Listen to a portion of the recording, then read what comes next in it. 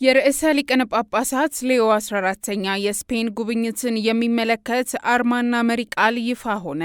የቅድስት መንበር የፕሬስ ጽሕፈት ቤት የርዕሰ ሊቃነ ጳጳሳት ሌዮ 14ኛ ወደ ስፔን የሚያደርጉትን ጉዞ አርማና መሪ ቃል ይፋ ያደረገ ሲሆን አርማው ላይ የሚታየው በሰዎች የተዋሃደ ምስል ማህበረሰብን፣ አንድነትንና የጋራ ድጋፍን እንደሚያሳይ ተገልጿል። አርማው አንድ ላይ መሆን ብቻ ሳይሆን ወደ አንድ የጋራ ዓላማ መሄድንም እንደሚወክል የገለጸው ጽሕፈት ቤቱ የእመቤታችን ቅድስት ድንግል ማርያም ምስል ለሁሉም ሰዎች የአንድነትና የተስፋ ምልክት የሆነውን እያንዳንዱን እይታ ወደ እግዚአብሔር የሚቀበል የእናቶች መገኘትን እንደሚያመላክት ገልጸዋል።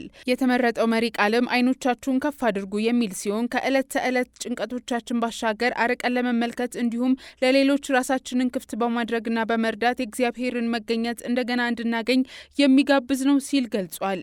መሪ ቃሉ የተስፋና የማሰላሰል ጥሪ ነው። ሰዎችም ከራሳቸው አልፈው ለሌሎች አንድነትንና ቸርነትን እንዲያገኙና እንዲሰጡ ያበረታታል በማለት ገልጸው ይህ አይኖቻችንን ከፍ እንድናደርግ የሚለው ምልክት በስፔን ውስጥ ያለችው በቤተ ክርስቲያን የቅዱስ አባታችንን ጉብኝት የምንቀበልበት ዝግጁ ልብንና አንድነትን እንደሚያሳይ ታውቋል።